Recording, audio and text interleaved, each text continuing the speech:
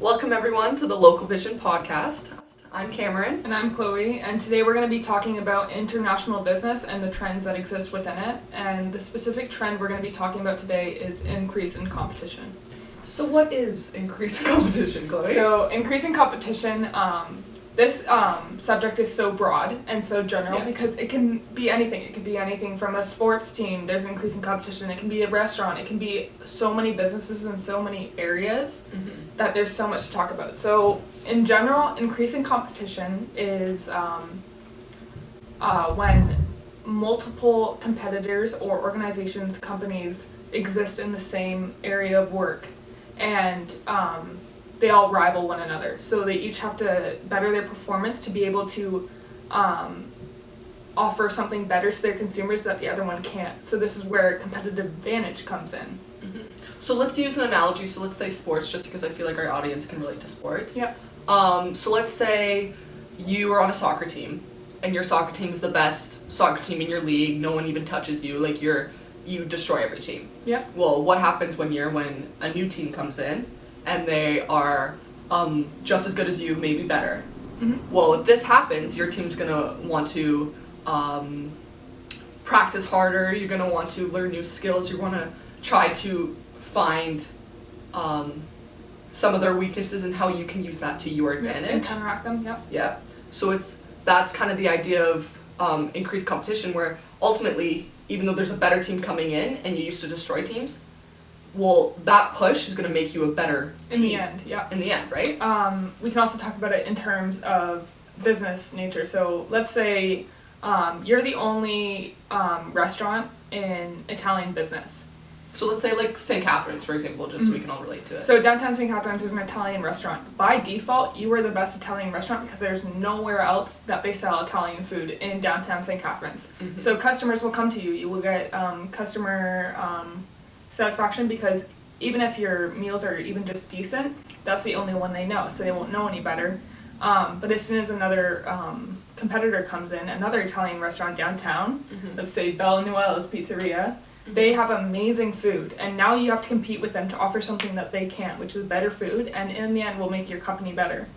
So that's also tying in the competitive advantage. So you're going to want to look for things such as lowering your prices or trying to use environmental factors to grasp more consumers and customers to make sure that you get more of the consumers than the other Italian business. So that's where the pros and cons come in. The pros and cons to increase in competition.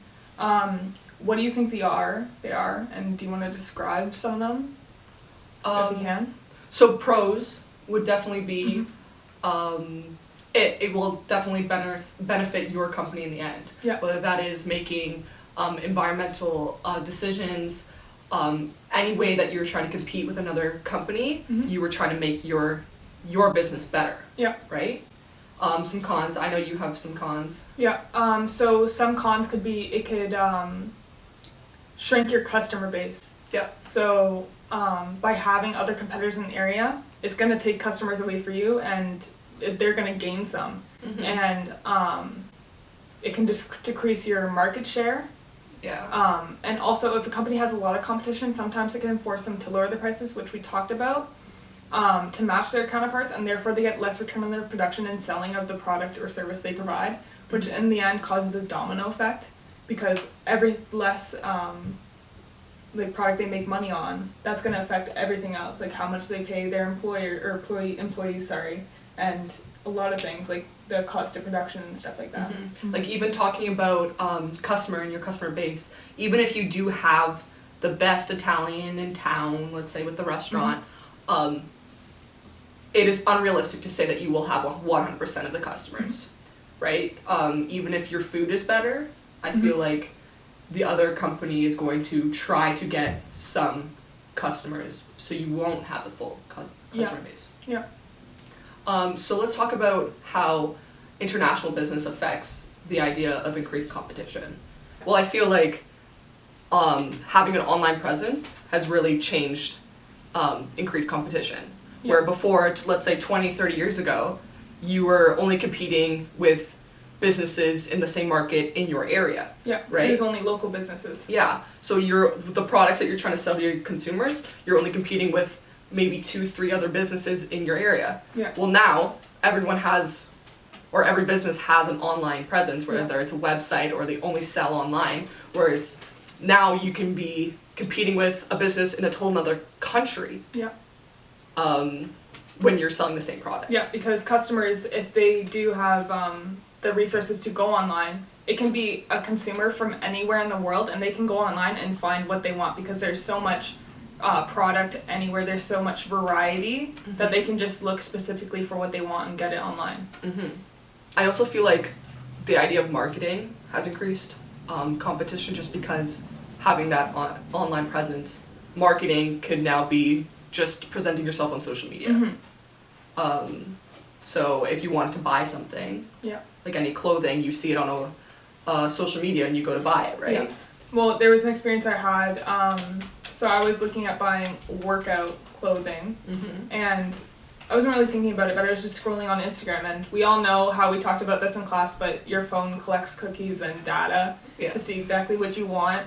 And so a little ad popped up from the company's called Bubble Leggings, and they're an American company. But anyways, it popped up and I clicked on it because it was exactly the kind of workout leggings I was looking for. So I clicked on the link, it led me to their company website. I ordered a pair of black leggings right then and there, and that was it.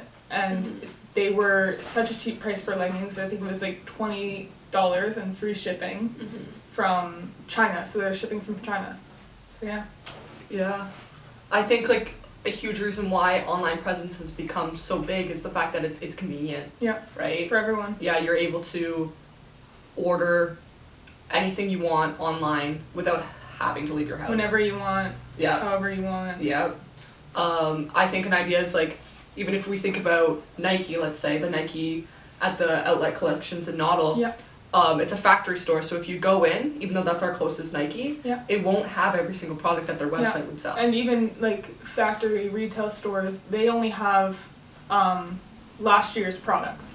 So you won't find anything new that Nike advertises on Instagram or on TV or anything. You need to go on the site, or you need to visit the nearest Nike actual store, which is in Toronto, I believe. Well, even if you visit an actual store though, there's no guarantee that it will have your size and everything, right? Where I feel like, unless it's been sold out online, which it will get restocked, but you will be able to choose your sizing in every single product. There's so much variety of product and there's so much stock of it. Definitely. Like, I'm almost thinking that the idea of online businesses and online shopping and things like that has like demolished brick and mortar stores. I think there is a point of brick and mortar because, for clothing, you can order online. There's more, there's a lot more to choose from. There's a lot more stock, etc. But some people still like the tactile experience because I know that girls, when they see something online, we're all different shapes and bodies, and even for guys too, this applies. But you never actually know how it feels or how it looks when you try it on. That's totally true. And even for like stores like Apple, when you're going to get your computer fixed or your phone fixed, you don't like to do it by yourself on the phone with a Nike, or not a Nike employee, an Apple employee talking them talking you through it. You want to go to the store, get it solved one-on-one, and have that hands-on experience with them. Yeah, that's totally true. I think it's just like the person-to-person experience is very valuable, and there has been like so much increased online presence with stores, and I think they do offer a lot. But I also think that brick and mortar stores will always have value because at the end of the day, we're human. We love people, like person-to-person contact and stuff like that. And we need to be able to have that access to us. Definitely. That's a good thing we could talk about is the idea of international business with increased competition, that a company from the States, let's say Aerie, who sells bathing suits, is competing with a company from China, which is Zaful, also having bathing suits, right? That even though they are not in the same area or anything like that, they're selling the same products and therefore competing because they both have online presence. Platforms. So because we are in an international business course, I think the main idea of this podcast needs to be how international businesses are affected by it.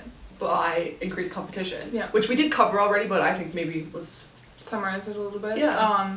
So companies all around the world will experience increasing competition because this generation is so online like oriented that most stores all around the world have an online presence. Yeah, so I think the biggest idea of increased competition when talking about international business is online presence, right? Yeah, that's the main focus, yeah. Like, you can't compete with all these online websites like Amazon, let's say, without being online. Yeah. Just because They everyone... offer something different from you. Yeah, and everyone in this, what's the word? Generation, thank you, is so technology driven. Thank you for listening to our Local Vision podcast. I'm Cameron. And I'm Chloe. And we'll catch you next time.